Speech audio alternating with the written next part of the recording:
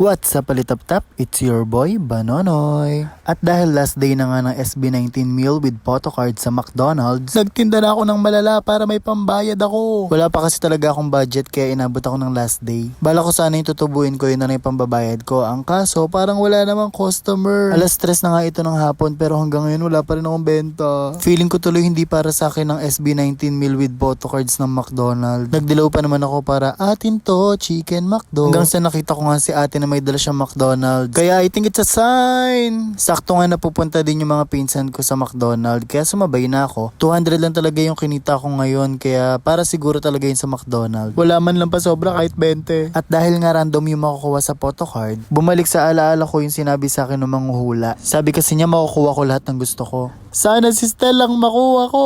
Sa branch nga pala na to hindi ako pinabunot. Yun pa naman yung nakikita ko sa TikTok yung ikaw yung mamimili. Tinanong ko yung cashier kung bubunot ako. Ang sabi niya kasama na daw yun sa meal. Kumain na pala muna kami bago ko buksan yung photocard. Baka kasi hindi na ako makakain sa sobrang saya. Shoutout sa mga pinsan kong supportive. At dahil ubos na nga ang ating pagkain, sasamahan tayo ng mga pinsan ko na buksan kung ano nga ba yung makukuha natin. The moment of truth! Kung sino man na makuha ko dito ay masaya na din ako kasi part pa din naman siya na SB19 na idol ko. Mas masaya lang talaga kapag si Stel na bias ko ang nakuha ko. At ito na nga, handa na rin ba kayo? Bubuksan ko na! In 5, 4, 3, 2. What's up, Palitap-tap?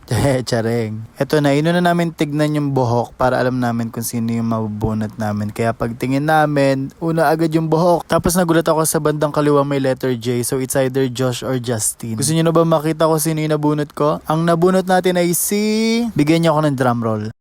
Tugudugudugudugudugudugudung Josh Collins! Masaya din ako na si Josh nakuha ko kasi siya talaga yung wallpaper ko. Ayan yung time na hinawakan niya yung kamay ko kasi nanalo ako sa Gcash. Tapos nagulat na lang kami, may meet and greet after ng concert. At kung nagtataka kayo bakit hindi si Stel kasi ang aking lock screen. Hinawakan din naman ni Stel yung kamay ko kaya lang hindi siya nakatingin sa camera. Kaya si Josh ang ginawa kong wallpaper. At nung nakauwi na nga kami ay nagulat ako bigla may nagchat sa akin. Ang chat sa akin ni Princess, Kuya Bas, SB19 fan ka diba? Tapos sinend ang photocard ni Justin at ni Stel. Kaya ayun, binigay niya sa akin at dinala pa nila sa bahay. Kasama din pala niya si best friend JC. Sabi kasi nila kumakain lang daw sila sa Dunkin tapos binigyan sila ng photocard. Alam kasi nila na SB19 fan ako kaya ako agad ang una nilang naisip. Bali ang ending, hindi tayo olats kay Stel kasi meron tayo photocard again. Kaya thank you so much kay Princess and JC. Always choose to be happy and keep smiling. Ayun lang. Thank you for watching.